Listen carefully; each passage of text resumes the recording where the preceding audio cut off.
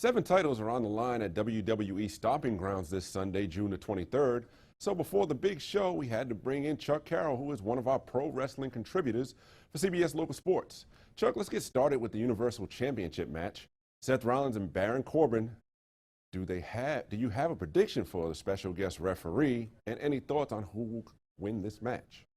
You know, that's the big intrigue coming into this whole pay-per-view is who's going to be the zebra for this match. You know, we've heard so many names thrown out there, everybody from Elias to EC3. We even saw Matt Hardy maybe throw his name in the ring on Monday Night Raw this past week, but we don't know who it is. We thought we would by the end of Monday night, but we don't, and that's the intrigue that is really built.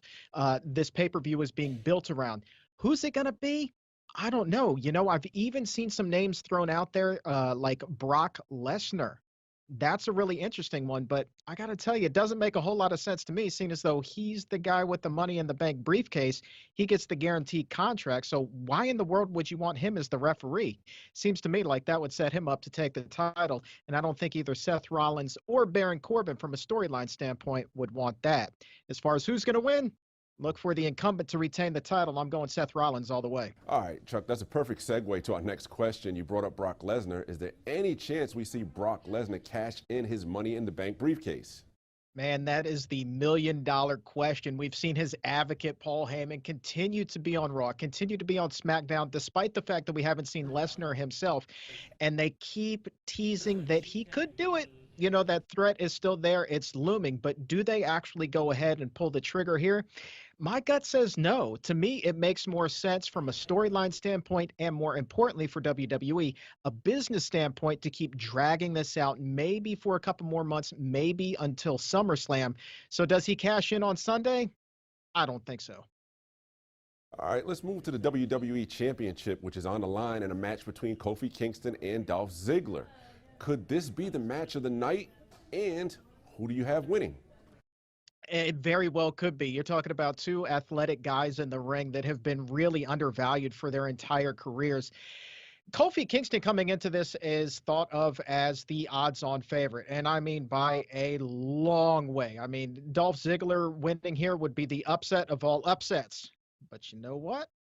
I'm feeling like he just could pull that off. I might be in the minority here, but I'm thinking that if there is going to be a significant title change on this show, and the way that WWE changes titles, they're about due, this would be the match to do it, because there's no way they're going to take the belt off of Seth Rollins right now, and that only leaves Kofi Kingston's WWE Championship as the one to change. So if there's going to be a title change, this is going to be it.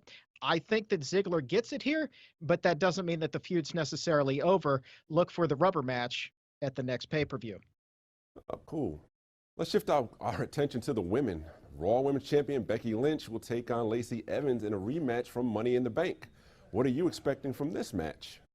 You know, I'm expecting pretty much an encore of what we saw last month at Money in the Bank. I mean, Lacy Evans, she is thought of as the future of the women's division. WWE is very high on her for a number of reasons. In real life, she's both a mother and a Marine, and so they think that this is somebody that they can really put the company on her back and she can carry them.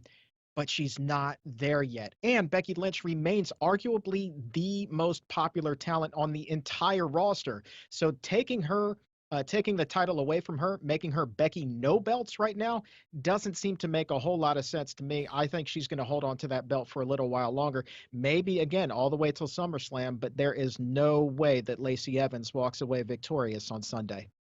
All right, we'll get you out of here on this one. Are there any other matches you're looking forward to?